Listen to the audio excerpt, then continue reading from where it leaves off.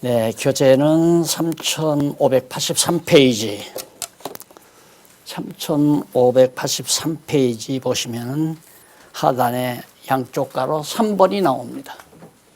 3번. 교훈과 찬양 및 간구시라고 그렇게 나오죠.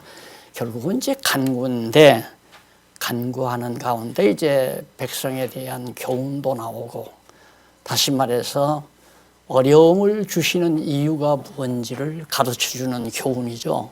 지금 어려운 일 가운데서 언약대로 구원해달라는 간구가 핵심이니까, 그렇기 때문에 하나님께서 우리에게 어려움을 주시는 이유가 뭔가에 대한 그런 교훈을 곁들여서 계속해서 그런 어려움을 주어도 여호와 하나님을 찬양하는 그런 찬양과 더불어 하나님 앞에 간구하는 내용이 32편으로부터 37편까지 나옵니다. 지금 양쪽 가로 3번은 결국 앞에서 우리가 이미 언급한 대로 하나님께서 잊으셨을 때 드리는 그런 기도 내용 속에 마지막 세 번째 나오는 내용이죠. 그 내용을 우리가 지금 마무리해 보려고 37장까지. 그런데 여기서 내가 또 강의 도중에 잊어버리지 않도록 말씀을 드리고 싶은 것은 온통 그 시편 자체가 여호와 일색이에요. 그냥 모두가 다 여호와. 그러니까 이 시편은 물론 다른 성경도 매우 중요하지만 예수님도 시편을 많이 인용을 했잖아요. 인용을 했는데 시편이 매우 중요하거든요. 물론 다른 것도 다 중요하지만, 그런데 특별히 시편에서 여호와라는 이름을 아주 많이 그냥 절절마다 나오다시피 하죠. 이것은 매우 중요한 사건입니다. 왜냐하면 우리 성경신학 자체가 여호와 계시라고 하는 대주제에 대한 아주 걸맞는 중요한 내용이라고 그렇게 생각을 해서 다시 한번 언급해 드리는 겁니다. 그러면 그 교훈과 찬양 및 간구시기 때문에 이 내용 가운데는 이거 따로따로 교훈 따로 하고 찬양 따로 하고 그 다음 이제 막 간구를 따로 하고 있으면 막 동그라미 안에다가 딱딱 그렇게 정리를 하겠지만 한 편 속에 이제 교훈도 들어있고 찬양도 들어있고 간구도 들어있는 경우가 있고, 어떤 경우는 찬양과 간구만 있는 경우도 있고 어떤 경우는 교훈과 간구만 있는 경우도 있고, 그렇기 때문에 이걸 아무려서 32편에서부터 37편까지가 교훈과 찬양 및 간구라고 제목을 붙였습니다. 이제 개략적인 설명은 지금 말씀을 드렸으니까 이제 정말 참으로 그런가, 32편에서부터 37편까지가 정말 교훈과 찬양 및 간구신가, 이것을 성경 하나하나 매 편마다 절절마다 확인해 보면서 그렇구나, 맞구나, 진짜 맞구나, 정말 교훈시로구나, 정말 찬양시, 간구시가 바로 여기에다 이렇게 더불어서 함께 하나님 앞에 간구를 드리고 있구나 하는 것을 알 수가 있게 됩니다. 그러면 우선 32편 1절로 11절까지 보면 11절까지 내용이 뭐냐면 죄사함과 보호받은 의인은 여호와를 기뻐하라. 그러니까 죄사함과 보호를, 하나님께서 죄를 사해 주시고 보호해 주시는 의인들은 여호와를 기뻐하라 그 말이에요. 결국은 하나님께서 죄를 사해 주시고 의인들을, 언약 자손들을 보호해 주시는 이유가 뭔가, 결국 여호와 하나님을 기뻐하라고 하는 얘기죠. 기뻐함 가운데는 자연히 찬양이 나올 거 아니에요. 그래서 사실 하나님께서는 하나님의 백성들을 어려움 속에다 집어넣었다가 그 어려움 속에서 결국 죄를 범하기 때문에 이제 어려움에 집어넣잖아요. 따진 거 보면 죄 범한 백성들을. 그래서 죄를 범할 때, 그때가 되면 하나님께서 이제 권고한 나라를 주시는 때가 되는 거죠. 그래서 그 죄악 세상에 우리를 놔둬놓고 죄를 범할 수밖에 없는, 하나님이 붙들어 주지 아니하면 너나 할 것 없이 범죄하며 살 수밖에 없잖아요. 그러면 안 붙들어 주면 이제 범죄한 가운데 빠져들어가는 거예요. 빠져들어가면 하나님이 거기서 죄도 용서해 주시고 그 어려움 속에서 보호도 해 주시고, 왜 그렇게 해 가시는가? 여호와를 기뻐하라고. 다른 것을 기뻐하라니, 돈 많이 버는 것이나 명예를 얻는 것이나 세상에서 무슨 경쟁 사회에서 이긴 것이나 금메달을 딴 것이나 그런 것을 통해서 기뻐하지 말고 오직 여호와를 기뻐하게 만드시려고 하나님은 죄 가운데 우리를 두셔가지고 권고한 날 주시고 시련을 주시고 그 시련 속에서 죄 용서해가지고 보호해 주시는 이유가 바로 여호와 하나님 기뻐하게 하려고.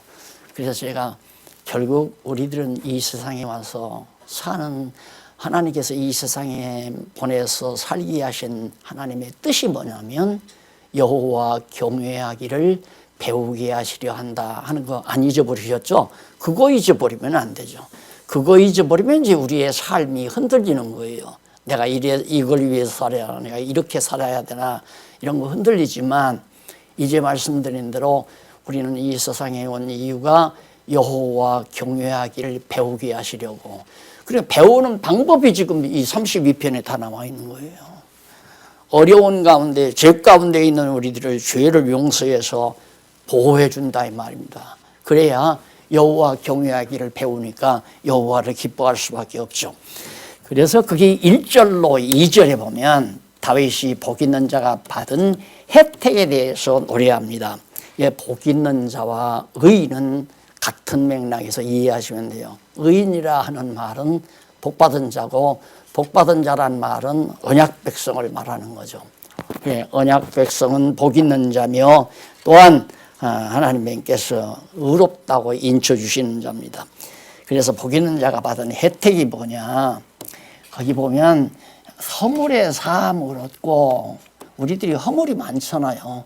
죄는 근본적으로 이제 아담의 혈통을 타고 나와서 이제 원죄가 우리는 누구나가 다 있지만은 그 죄가 행동으로 드러나는 것이 허물이라고 그랬잖아요.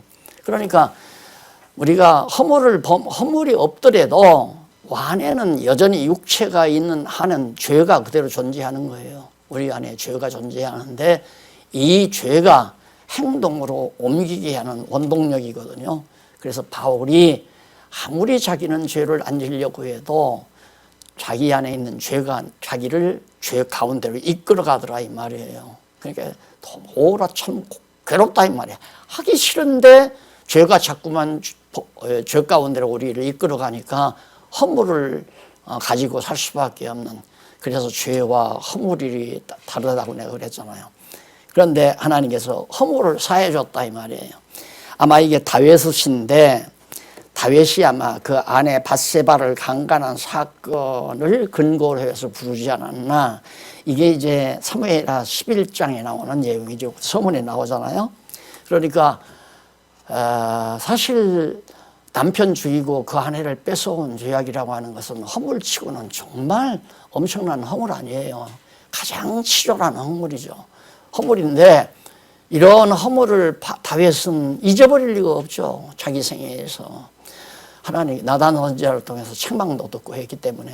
그런데 그걸 용서함 얻었다면 그걸 하나님이 다 사해 주시고 그 죄 허물을 사해 주시고 용서해 주시는, 그래서 그 죄 가리움을 받은 자는 복이 있도다. 자기 자신이 복이 있다는 얘기죠. 어찌 다윗뿐이겠어요. 우리도 다 그런 거 아니겠어요? 우리 허물 없는 사람이 어디 있어요? 그래서 제가 이렇게 가끔 생각하다 보면 자기를 안다고 하는 것이 제일 먼저 1차적으로 등장하는 것이 뭐냐면 남의 허물을 들추지 않는 것. 이게 이제 아주 뼈저리게 다가오더라고요. 내가 자신을 안다. 나는 내가 누구인가를 안다 했을 때 남의 허물을 들추지 않는다는 거. 왜? 나만 허물이 있는 게 아니라 다 허물이 있는 건데 상대방의 허물을 들추어낸다는 말은 자기 자신을 향해서 정죄하는 거나 똑같단 말입니다. 허물 없는 사람이 없으니까. 그래서 다윗도 정말 엄청난 허물을 하나님께서 덮어주시고 가리워주시고 자기를 보호해 주시는 하나님께 정말 자기는 복 있는 자다. 그러면서 하는 얘기가 마음에 간사가 없고 여호와께 정죄를 당치 않는 자는 복이 있도다. 두 가지예요. 죄 허물을 가리움 받는 자, 그 다음 마음에 간사가 없고 여호와께 정죄. 마음에 간사가 없다는 말은 거기 밑에 보면 간사란 말이 무슨 뜻이냐면 속이지 않는다는 얘기예요. 간사가 없고 그 말은 곧 여호와를 속임이 없고. 이게 이런 걸 봐도 사실 그 간사스러운, 자기는 친절하다고 하지만 너무 얼굴이 간지러울 정도로 간사를 떠는 것은 속이려고 그러는 거죠. 뭔가 그 사람을 이용하고 싶고 그 사람을 도움받고 싶고. 그래서 이 간사스러움이라는 것은 참 치졸한 행위인데 그게 없어진다고 하는 거. 누구한테 아첨할 필요도 없고 누구를 속이려고 할 것도 없고. 남한테 아첨하는 것은 자기 내면을 갖다가 숨기는 거거든요. 숨기면서 밖으로 아주 막 좋아하는 척, 사랑하는 척 이렇게 간사를 떠는 것, 이런 것들이 없어지게 된다. 그러니까 하나님 여호와를 속일 수 없는 분인데 속이지 않는다. 그런 맥락에서 지금 쫙 시작이 되는 겁니다. 자, 그러면서 이 3절로 7절에 보면 86페이지, 3586페이지 제일 상단. 다윗이 자기의 고통을 진술하며 여호와의 구원에 대한 확신을 노래합니다. 자기가 굉장히 지금 고통스러워한다. 그 다른 시편에 보면 벽에가 눈물로 젖어서 곰팡이가 날 정도로 그렇게 바울이 괴로워했다고 그래요. 사실 얼마나 괴로웠겠어요. 그리고 그 아내하고 지금 뺏어온 아내하고 같이 살고 있고 그 아내를 통해서 솔로몬을 낳았고. 그런데 또 하나님은 참 묘하죠. 왜 하필이면 본초의 몸에서 난 아들로 다윗의 왕위를 계승하도록 하면 얼마나 좋아요. 그러면 우리의 입장에서는 해석을 하면 만약에 다윗이 남편 죽이고 밧세바라 아내보도 왔으면 다윗 왕조가 끊겼을 거 아닌가. 이런 문제를 어떻게 해석하느냐 이 말이에요. 도저히 인간의 상식으로는 해석이 안 되죠. 그러나 하나님 편에서 보면 바로 여호와를 기뻐하게 하려고. 도저히 인간으로서는 해서는 안 될 허물을 간직한 다윗을 하나님이 용서해 주시고 보호해 주시는 것. 바로 복을 주신 이유는 여호와를 기뻐하라고. 그렇기 때문에 다윗이 부른 찬양이 노골적으로 다윗의 시라고 나온 것도 한 50여 편이 넘지만은 그 외의 것도 다윗의 시가 명시되지 아니한 다윗의 시가 너무 많은 거예요. 그러니까 우리 신앙인들이 기초적으로 결국 성경을 알면 하나님을 알면 자기를 아는 건데 하나님을 모르면 자기가 누군지 모르죠. 하나님을 알면 자기를 아는 건데 자기를 아는 정도라면 남의 허물을 들추지는 않는다. 남을 비난하고 욕하고 험담하고 남을 갖다가 그 취약한 부분 그들의 실수와 잘못을 들추어서 완전히 그냥 이 지상에서 막 이렇게 짓밟아 버리려고 하는. 남을 사람이 하나도 없어요. 남을 사람이. 그래 나 처음에 이게 뭐 안 된 얘기지만 문 대통령이 뭐 한 사람은 장관 말탁 안 한다 딱 선언해. 아이 장관 이제 올무 걸렸다. 올무 걸렸다. 아니나 다를까 올무 걸리잖아. 어디가 있어요? 자기가 말한 대로 뭐 부동산 투기 안 하고 뭐 너 하사고 안 지르고 세금 보탈 안 하고 군대 갔다 오지 않고 뭐 조간 다 해놓고는 그런 사람은 장관 발탁 하나 했다 하고 해보니까 똑똑한 사람일수록 더 그런 일들을 많이 저질렀다 이 말입니다. 그래 있나요? 없어요. 교회도 마찬가지입니다. 허물 없는 사람 장로시키고 허물 없는 사람 집사시키려면 한 사람도 없죠. 목사도 마찬가지고. 문제는 정말 하나님을 바르게 알았느냐가 중요하잖아요. 하나님을 바르게 알면 자기를 알게 돼 있고 자기를 알게 되면 남을 판단하거나 비난하거나 허물을 주원에는 어리석은 행위는 안 하게 되고, 그래서 서로 용서하는 사랑의 행위가 교회를 통해서 이루어지는 이유가 거기에 있는 거거든요. 자, 그래서 이제 바로 너무너무 고통스럽다 이 말이에요. 그러면서 8절로 11절로 보면 다윗이 의인에게 여호와를 기뻐하라고 교훈합니다. 이 교훈을 받은 거예요. 정말 나는 여호와가 너무너무 존경스럽고 경외스럽고 여호와를 너무 기뻐한다. 그래 나는 여호와를 찬양한다. 너무 좋아서. 왜? 자기가 그렇게 극심한 허물 가운데 빠졌는데도 하나님은 그걸 다 용서하시고 가리워 주시고 자기를 보호해 주시고 대적들이 와도 결국은 자기로 하여금 승리케 해 주시고 목숨이 경각간에 있을 때에도 하나님이 그 목숨을 지켜주시고 어떻게 여호와를 경외하고 여호와를 찬양하지 않을 수 있겠어요. 그걸 다윗이 교훈하고 있는 것이 바로 32편 찬송 시편입니다. 너무 놀랍죠. 그 다음 33편 1절로 22절에 보면 거기 이제 1절로 5절 넘어가서 본문 그 해설 보면 1절로 5절은 다윗이 의인을 향해 여호와를 찬송하라고. 여호와 기뻐하면 당연히 여호와를 찬송해야 하잖아요. 찬송하라고 교훈을 해요. 여호와를 찬송하라. 그 말은 여호와 찬송하라, 여호와 선포하라, 여호와 자랑하라 그 말이에요. 그러니까 여러분, 내가 지금 나를 내세우는 얘기가 아니라 내가 이 교회를 개척해서 계속 강의 때마다 아마 여호와라고 하는 여호와의 이름이 수십 번씩 나왔을 거예요. 이게 내가 의도적으로 한 것이 아니라 성경을 보니까 여호와가 대단하게 위대한 분이시고 그분이 나를 사랑하는 분이고 그분이 나를 선택한 분이고 그분이 나에게 은혜를 주신 분이기 때문에 그걸 성도들에게 나눠주려니까 여호와 자랑밖에 안 나가잖아요. 그게 여호와 찬양하는 거예요. 얘는 목이 갈려가지고 또 약간 나이가 들면 이제 청각이 약간 둔해지면서 제 목소리를 내기가 힘들더라고요. 이렇게 마음은 할렐루야 하려고 싶은데 엉뚱한 소리가 나와요. 이 귀하고 맞아 떨어지지 않으니까. 그래서 찬양도 하고 싶은데 찬양은 제대로 안 나오니까 불가능하고 이렇게 선포하는 걸로 여호와 이름을 선포하는 걸로 나의 찬송이 되게 했다는 게 너무도 감사하죠. 그럴 수밖에 없고요.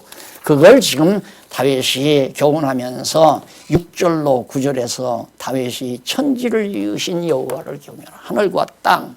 여기서 천지란 말은 기껏해야 우리는 보이는 하늘과 이 땅을 말하지만 사실 이 천지란 말은 태초에 하나님이 천지를 창조하시나 이 천지를 말했다고 생각하면 온 우주 공간 모든 것을 하나님이 지으신 여호와 그 능력을 경외해라. 찬송하고 경외해라. 그러니까 여호와를 기뻐하고 여호와를 찬송하고 여호와를 경외하라. 이런 내용들이 다 같은 얘기죠. 교훈 아니에요. 찬송하라. 기뻐하라. 교훈하고. 그 다음 여기서 교훈은 뭔 얘기냐면 여호와 찬송하라. 그 다음 경외하라. 여호와 찬송하라. 경외하라. 교훈하는 내용이 9절까지 나오는 내용입니다. 10절로 15절 보면 89페이지 다윗이 여호와께 열방의 백성을 주관하신다. 자, 하나님께서 열방의 백성이란 다윗 왕국을 제외한 모든 주변 나라를 누가 하나님이 주관해 가신다. 나는 이번 이 코로나 사태를 통해서 사람들이 좀 겸손해졌으면 참 좋겠다 싶어요. 왜 그렇게 모두가 다 오만망자하고 으뜸만 내려고 하고 혼자 온 세계를 지배하려고 하고 이런 탐욕 때문에 세상이 시끄럽잖아요. 그 행복이 미사일 몇 개 만들어 놓고는 그냥 완전히 세상에서 존경받고 싶어하는 김정은이 때문에 얼마나 이 극동지방의 정세가 이루어져요. 다 겸손하게 서로가 이해하고 도우면서 협력하면서 그렇게 사는 세상이 됐으면 좋겠지만 그건 내 희망이죠. 이 세상이란다 짐승권세에 사로잡혀 있기 때문에 너 죽여야 나 산다라고 하는 그런 생각밖에 없어요. 짐승은 그렇습니다. 짐승은 딱 봐서 내가 저것과 격투를 해서 이길 것 같으면 끝까지 물고 들어서 이깁니다. 그러나 딱 감시해 봐가지고 안 되겠다 하면 그냥 슬슬 간다고 그러잖아요. 멧돼지를 보면 움직이면 안 된다고 해. 가만히 있어가지고 눈도 움직이면 안 되고 딱 눈을 쏘면서 있으면 멧돼지가 그냥 간다고 하잖아요. 그러니까 세상 권력이라고 하는 것은 계산해 봐서 저거 치면 내가 이기겠다면 치고 다 먹으려고 하는 게 짐승권세의 속성들이기 때문에 어쩔 수가 없어요. 오만방자한 온 세상을 하나님께서 좀 이렇게 헛되를 눈으로 보이지 아니하는 코로나 병균 하나 때문에 그냥 완전히 온 세상이 코로나가 원자폭탄보다도 더 무섭다는 거 좀 알았으면 좋겠어요. 그 다음 넘어가서 16절로 21절 보면 다윗이 구원함이 군대에 있지 않고 여호와께 있다. 지금 그거예요. 교훈하는 이 전쟁에 있어서 승패가 군대 수나 무력에 달려있는 게 절대 아니다. 이기고 지는 것이 다 하나님의 손에. 왜? 열방이 하나님의 주권 안에 다 있기 때문에. 그러니까 과거 역사를 와도 그러잖아요. 바비로니아가 왜 망합니까? 온 세상을 완전히 다녀가 로마 제국이 어떻게 망합니까? 근데 망했잖아요. 그냥 수수를. 그러니까 결국은 나는 역사 전문학자는 아니지만은 대충 역사를 하면 저 안에서 내분이 일어나서 망하는 경우도 로마가 망한 것도 로마가 동방과 서방 로마가 갈라지면서 망해 들어가잖아요. 그 다음 이제 헬라도 북왕조나 애굽을 중심으로 한 헬라 세력하고 북쪽을 중심으로 한 헬라 세력이 서로 반복하다가 결국 헬라 제국도 망하는 거고. 그러니까 결국 승패의 주권을 하나님이 가지고 여호와 하나님이 가지고 있다 하면서 22절에서 넘어가서 한 절 결론을 베풉니다. 결론을 맺는데 90페이지에 다윗이 여호와께 인자심을 베푸시라는 결론을 간구하는데 인자를 베푸시라고 하나님을 그동안 높이 세우고 기뻐하라 찬양하라 경외하라 그분이 나라를 다 지배한다 그분이 전쟁도 다 좌우한다 교훈해 놓고는 하나님의 인자를 우리에게 베풀어 주시옵소서라고 마지막 간구하는 내용으로 끝을 맺습니다. 그 다음에 이제 34장 1절로 7절에 보면 간구에 응답하시며 구원해 주신 여호와께 찬양을 드린 하나님께서 간구하니까 응답해 주시고 구원해 주심을 찬송하는 것. 그게 이제 바로 다윗이 이것도 지은 시인데 이제 다윗이 사실은 이제 도망 다니다가 블레셋으로 도망쳤잖아요. 근데 그때 이제 블레셋 왕이 누구였느냐면 아비멜렉이었어요. 91페이지 앞부분에 나오는 내용입니다. 그 아비멜렉인데 그때 이제 다윗이 아비멜렉이 죽이려 하니까 피하기 위해서 미친 채 거짓으로 미친 채 했어요. 그러다가 이제 쫓겨나 버렸잖아요. 그때 이제 지은 시인데 아비멜렉은 블레셋 왕의 호칭으로 블레셋 왕의 호칭인데 블레셋의 가드 왕 아기스라고 하는 왕의 별명으로 그렇게 알려져 있습니다. 사무엘상 21장 10절로 그 이하에 나오면 이런 성경 본문 인용한 것은 자세히 알고 싶으면 찾아서 읽어보시면 돼요. 그러면 34편 1절로 3절은 다윗이 자기를 따르는 무리에게 여호와를 함께 송축하자는 그런 권고를 하는 내용이에요. 얼마나 다윗이 안타깝겠어요. 자기를 따르는 무리들이 지금 쫓겨가지고 블레셋까지 갔는데 블레셋 왕이 또 죽이려고 하니까 그러니까 블레셋이 있다가 하는 말이 여호와를 함께 그래도 여호와를 함께 찬양하자 송축하자 그리고 권고하면서 4절로 7절 다윗이 여호와께서 자기를 따르는 무리를 환난에서 구원해 주심을 노래합니다. 결국 하나님께서 구원해 주는 걸 결국 찬양하잖아요. 7절까지. 그러니까 하나님은 그렇게 허물 많은 허물대로라면 다윗이 지옥을 제일 먼저 가야 돼요. 우리나라는 어쩌다가 아주 그냥 다른 남자하고 살려다고 남편 죽이는 여자도 있고, 다른 여자하고 살려고 다른 자기 아내 죽이는 남편도 더러더러 어쩌다가 그래 아주 그런 고약한 사람이 나오지만, 다윗은 일찍이 그런 일을 했기 때문에 행위대로라면 지옥을 제일 먼저 가야 될 사람이죠. 34편 4절로 22절은 의인을 구원해 주시는 여호와를 경외하라고 교훈합니다. 여호와 또 나오잖아요. 앞에서도 여호와 경외하라, 기뻐하라, 여호와를 찬양하라. 전부 그거예요. 결국은 이 세상에서 일어나는 모든 좋은 일이든 불길한 일이든 어떤 일이든 간에 지금 우리가 겪고 있는 이 코로나 이런 일들도 모두가 다 경제 파탄 이런 모든 일들도 가정의 여러 가지 어려운 일들도 전부가 다 여호와 경외하기를 배우게 하시려는 하나님의 섭리라는데 딱 초점을 맞춰가지고 해석해 가면 확 너무 분명하고 확실하게 해답이 딱 떨어지잖아요. 왜 그럴까? 내가 뭘 잘못해서 그러나? 내가 무엇을 잘못 안 했는데 왜 하나님은 나는 다윗과 같이 이렇게 험한 죄는 안 졌는데 왜 하나님이 나를 대적들로 하여금 우리 가정을 망하게 하고 내 사업을 망하게 하고 내 하는 일을 방해붙이게 하고 왜 이러시나 해답이 안 떨어지죠. 그러나 이 모든 일이 나로 하여금 여호와 경외하기를 배우게 하시려는 하나님의 섭리다라고 하면서 중요한 건 그 밑에 물론 다 중요해요. 93페이지에 밑에서 어디쯤 보냐면 밑에서 한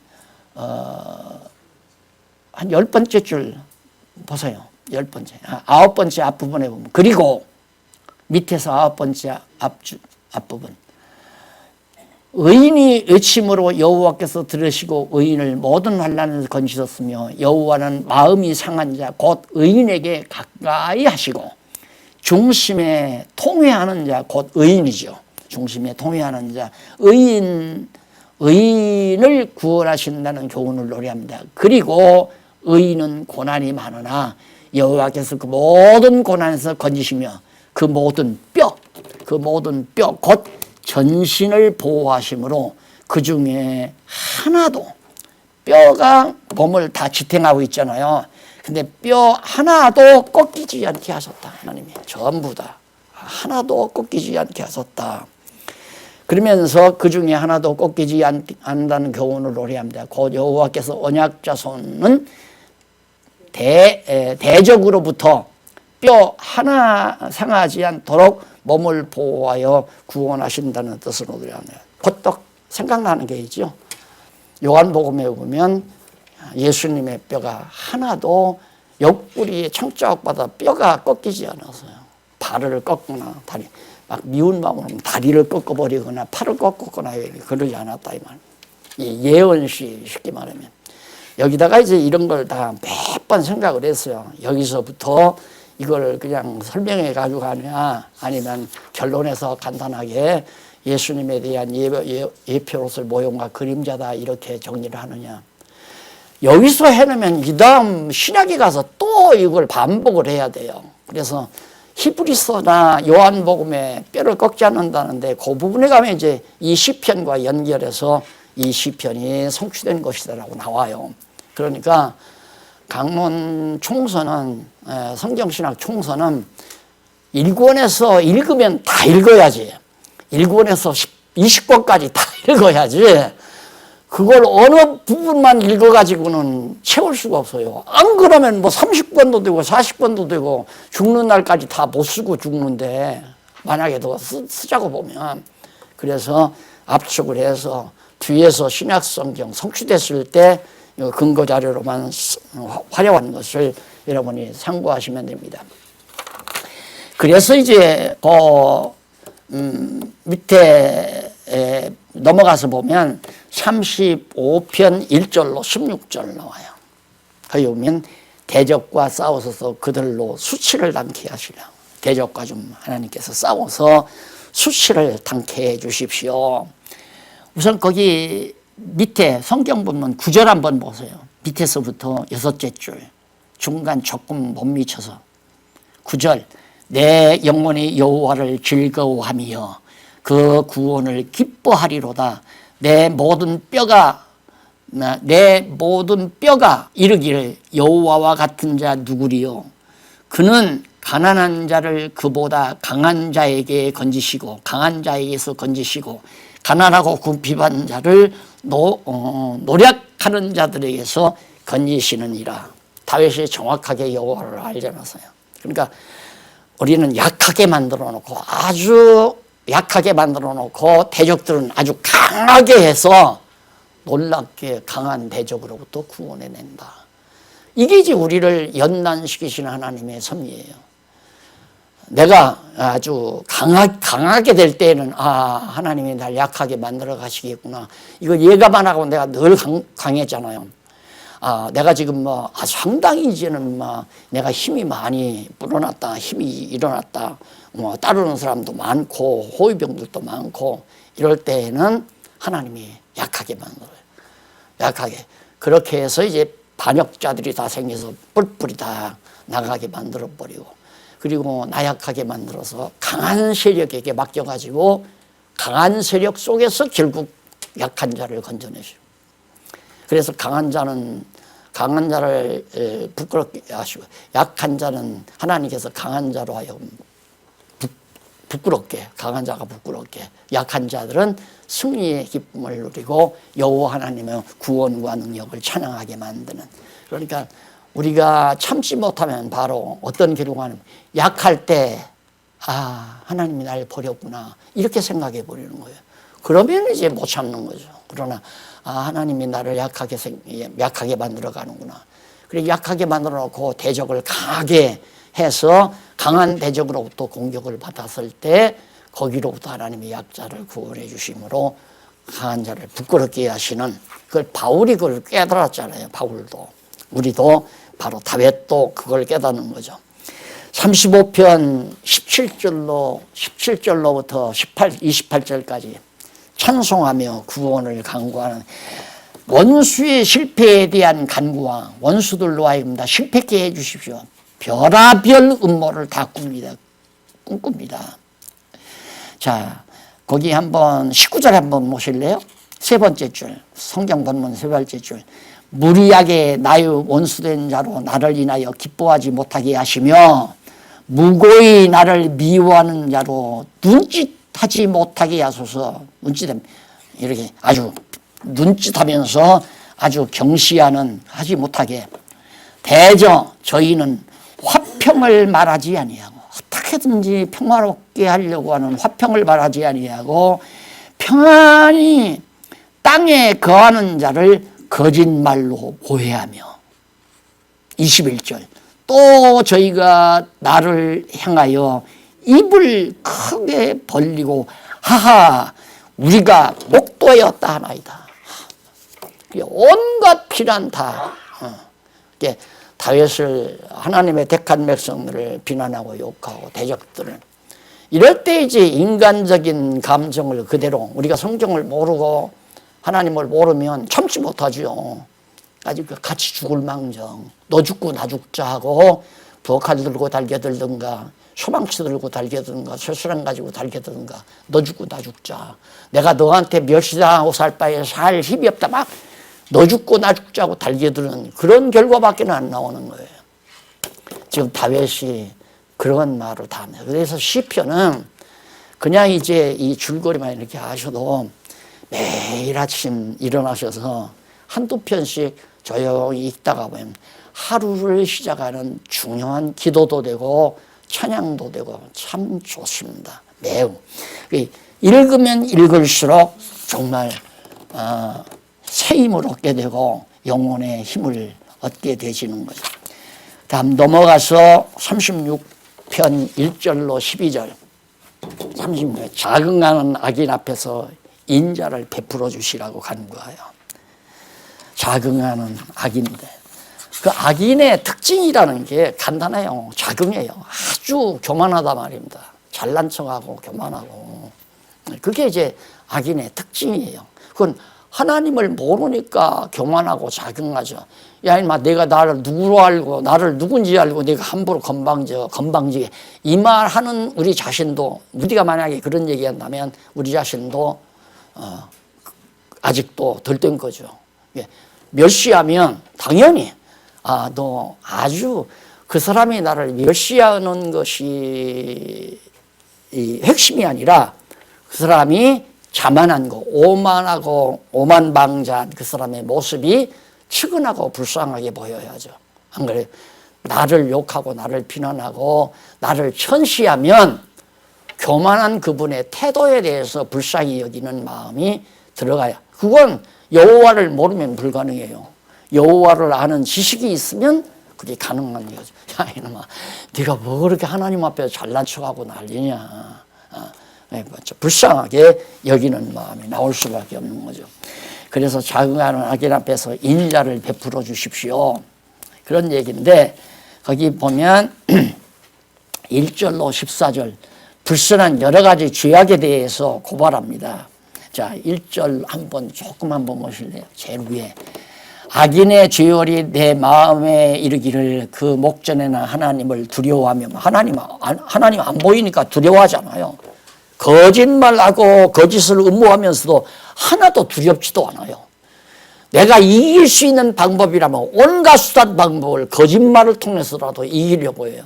하나님이 안 보이니까. 그런데 여호와 하나님을 알면 그게 안 되잖아요.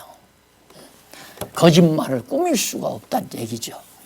그래서 저가 스스로 자긍하기를 자기 죄악이 드러나지 아니하고 미워함을 받지도 아니하리면 나는 내 죄악이 절대 안 드러나고 감추어졌으니까 나는 미워함 받지도 않을 겁니다. 별하별 그런 엉뚱한 장난들을 그들이 한다는 거죠. 그래서 하나님 나를 불쌍히 여기시옵소서라고 나오는 거예요.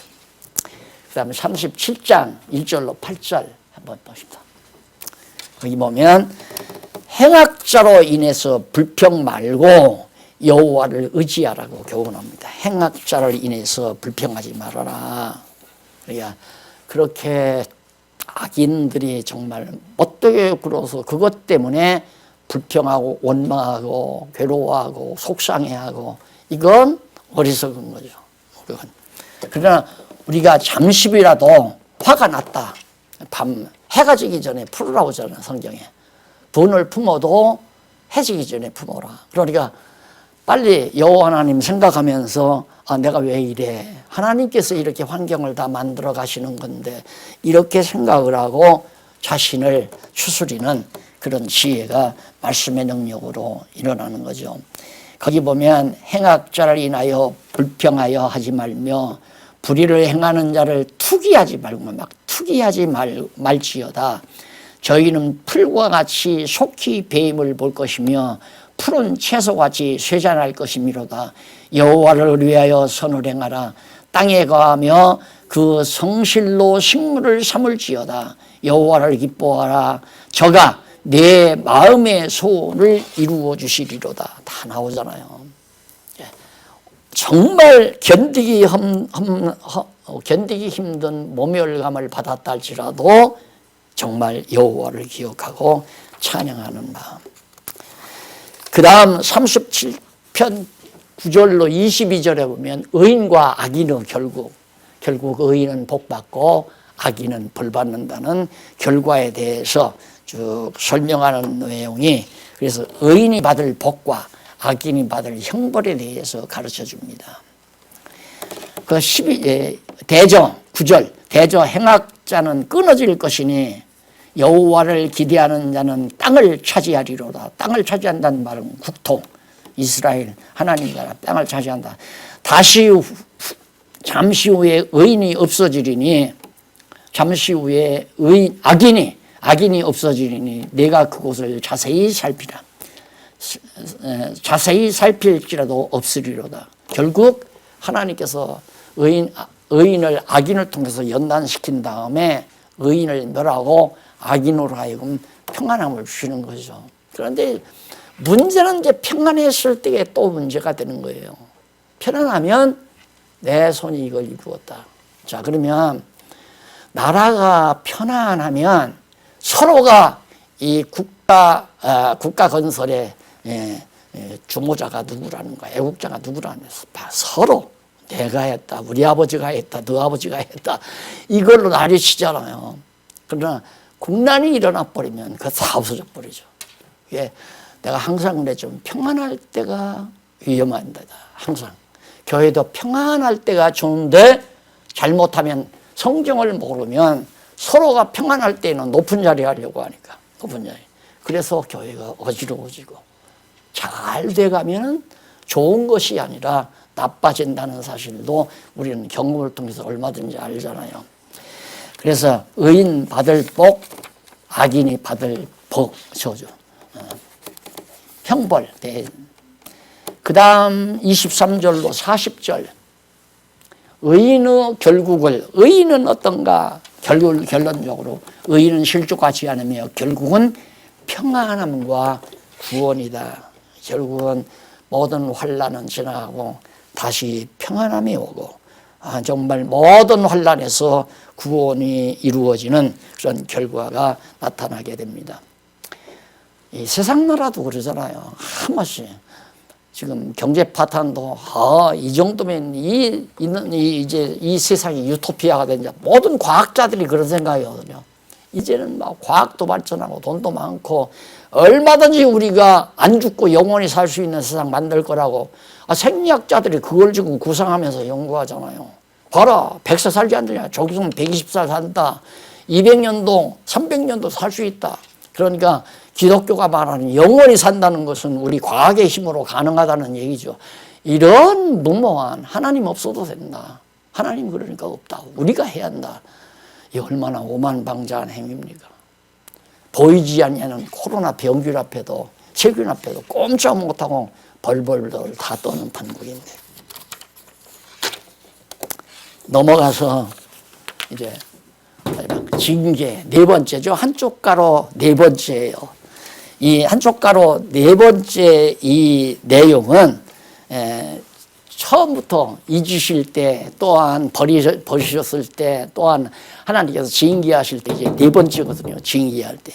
잊으셨을 때, 버리셨을 때, 또 하나는 지난번 다 적어드렸는데 그것의 마지막 부분이에요. 징계할 때. 그래서 이 징계는 죄에 대한 형벌이 아니고 깨닫게 하기 위한 사랑의 채찍이다. 그래서 언약 자손들에게는 징계가 없으면 사생자라고 내가 말씀을 드렸어요. 그러니까 우리에게도 반드시 징계가 있어요. 가정에도, 교회에도, 우리 사회에도 다 이런 징계가 따르는데, 징계는 왜? 하나님이 징계받을 짓을 할 수밖에 없는 데다 내 던져봐가지고 징계받을 짓을 하게 해서 징계해가지고 깨닫도록 여호와만을 기뻐하고 경외하고 찬양하고 그러도록 깨닫도록 하기 위해서 하는 것이 징계합니다. 징계란 말입니다. 이 징계를 예수님이 정말 십자가에 못 박혀 죽으심으로 정말 모든 구약의 이 예언이 다 이루어진 거 아니에요. 그러듯이 예수님의 고난이 우리에게 남은 고난이 있다고 그러잖아요. 그게 우리의 남은 고난은 뭐냐면 예수님이 당하신 징계의 지체들이니까 우리 지체들에게도 각각 우리가 받아야 될 징계들이 있어요.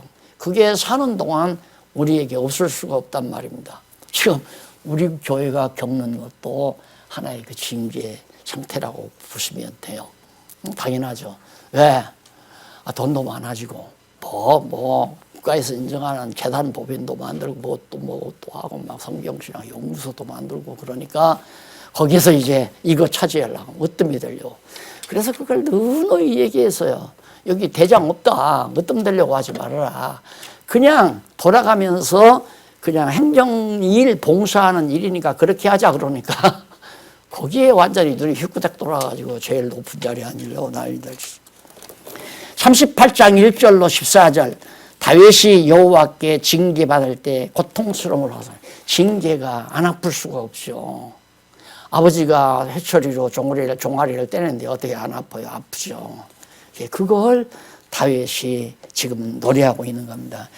여호와의 주의 노로, 여호와여 주의 노로 나를 악하지 마시고 분노로 나를 징계치 마소서. 주의 살이 나를 찌르고 주의 화살 같은 막 살이 나를 찌르고 주의 손이 나를 심히 누르시나이다. 하나님께서 여호와께서 나를 이렇게 고통스럽게 하십니다. 그 말. 그리고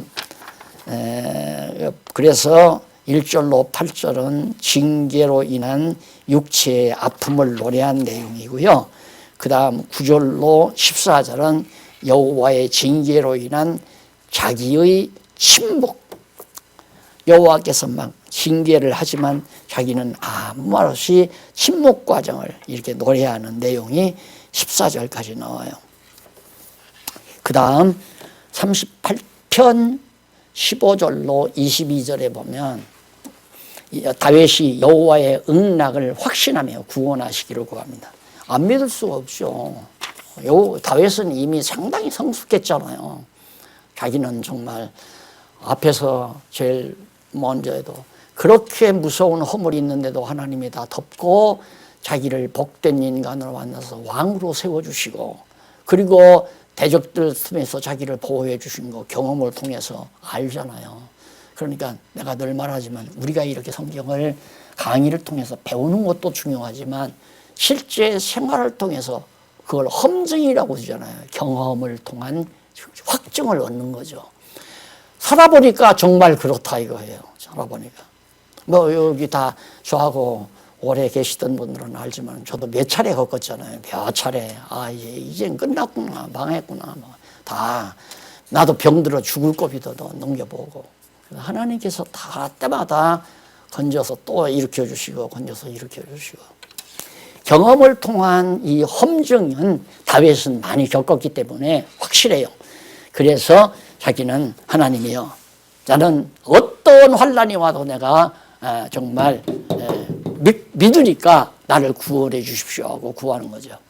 그 다음 39편에서는 연약함을 알게 하시고 회복을 가는 거예요. 자, 이게 참 중요한 게 뭐냐면 연약함을 알게 해달라. 너 못난 주제임을 깨달아야 해. 자기 자신을 알라. 너 자신을 알라. 어느 철학자가 그랬다고 그랬죠. 너 자신을 알라. 뭐 다른 거 알려고 애쓰지 말고 네가 어떤 존재인지 네 자신을 알아라. 성경은 바로 내 연약함을 알게. 하나님께서 왜 이렇게 많은 시련을 왜 주는가? 연약한 존재이라는 사실을 알라고. 티끌 같은 존재인 줄을 알려고. 그래서 바울은 만물의 찌꺼기 같다고 그래서요. 자기를 만물의 찌꺼기 같은 자기. 또 나가서는 죄인 중에 괴수라고 자기를 말하잖아요. 죄인 중에는 가장 내가 괴수다. 왜? 예수 믿는 사람 다 잡아다 죽이려고 했으니까 정말 악랄한 죄인 아니에요. 악랄한 죄인. 그걸 알아요. 그걸 깨닫게 하기 위해서 하나님께서 많은 징계를 우리에게 허락해 주신다. 그러니까 정말 내 이름을 좀 내고 싶고, 내가 좀 존경받고 싶고, 내가 좀 높아지기를 원하는 마음의 생각이면 막 하여튼 날벼락 떨어진 것처럼 놀라야 돼요. 아이고 내가 왜 이래 미쳤어. 지금 내 마음 가운데 마귀라는 힘이 들어왔구나. 사단이 와서 나를 이렇게 추석대는구나. 와, 너 존경을 좀 받아야 돼. 저 사람이 너 멸시하잖아. 존경받아야 돼. 너 저 사람한테 배척받고 있잖아. 저거 죽여버려야 돼. 이게 전부 사단이 우리에게 해주는. 하나님께서는 내 연약함을 알게 하려고 그런 여건을 하게 줬는데 우리는 그렇게 생각하는 잘못한다. 그래서 주제 파악해라 그 말이죠. 그래서 이제는 알게 했으니까 알게 해 주셔서 나를 이제 회복해 주셔야 됩니다. 내가 심히 수척해졌습니다. 형편없이 정말 나약해졌습니다. 나를 좀 이제 회복해 주십시오라고 구하죠. 실감나죠? 다 맥락이 같죠? 쭉, 이 맥락이 쫙, 이렇게 맥이 통하잖아요. 그 다음에 이제 40장 1절로 10절에 보면, 40장 1절로 10절에 보면, 간구를 듣고 구원하신 많은 기적과 기쁜 소리를 내가 선포하겠습니다. 그러니까 전파한다고 하는 건 이게 막 전한다고 하는 거, 말씀을 선포한다고 하는 것은 말씀을 성경을 통해서 깨닫고 그 깨달은 것을 자기 삶 속에서 실제로 경험하고, 그래서 제가 그런 얘기를 했죠. 60살이 넘으니까 이제 좀 목회를 좀 할 수 있겠다 해요. 70이 넘으니까 역시 또 60대에는 조금 유치했구나. 또 70이 넘어서 80이 되니까 요즘에 나는 80이면 그만두고 이제 책이나 쓰고 후배들이 다 맡기려고 그렇게 생각하는데 하나님이 그런 환경을 안 주잖아요. 야, 정말 이게 나이라는 것은 헛되이 먹게 하시는 게 아니로구나. 그러니까 나이가 많아진다는 건 경험을 많이 시킨다는 얘기거든요. 험증을 시킨다는 얘기입니다. 가리킨다는 얘기예요. 연약함을 알게 한다는 얘기죠. 쉽게 말하면. 그래서 결국은 하나님께서 연약하게 해서 구원해 주심으로 구원하신 기적. 야, 도저히 안 될 거 되게 만드시는 거. 아니 간단히 하나게. 나 목사 그만두려고 이단 처음 됐을 때 해보려고 했는데 합동측 개혁 통합 측이 그렇게 굉장히 강한 교단이란 말입니다. 거기서 교단에서 나 교단에다 고발해가지고 나를 교단에서 이제 죽이려고 경기도에서 고발했는데 나는 그냥 상소장 만나고 가만히 있었죠. 누구 만나서 점심을 먹거나 부탁하거나 그런 일 전혀 안 하고 죽으면 그만둬버리지 뭐 하고. 근데 7년 만에 살려나. 나는 그런 것도 전부 기적이에요. 기적. 지금 내가 밥 먹고 산다는 것도 어떻게 보면 기적이고, 평생 내가 돈 벌기 위해서 뭐 해본 일은 없는데 밥 먹고 살게 되신 것도 기적이고요. 그래서 이 놀라운 기쁜 소식을 늘 시간 날 때마다 선포하고 가르치는 일, 그걸 말하는 거예요. 11절로 17절은 대적을 멸하고 구원해 주시라는 강구. 똑같은 얘기예요. 이제 날 알았으니까 내 연약한 존재, 내 미련한 존재, 내 죄 많은 나를 다 깨달았으니까 알게 하셔서 회복해 주십시오 하고, 이제 회복해 주시면 그 놀라운 기적과 기쁜 소식, 이 놀라운 하나님의 말씀을 널리 선포한다는 노래, 선포한다는, 그리고 대적을 멸하고 간구해달라.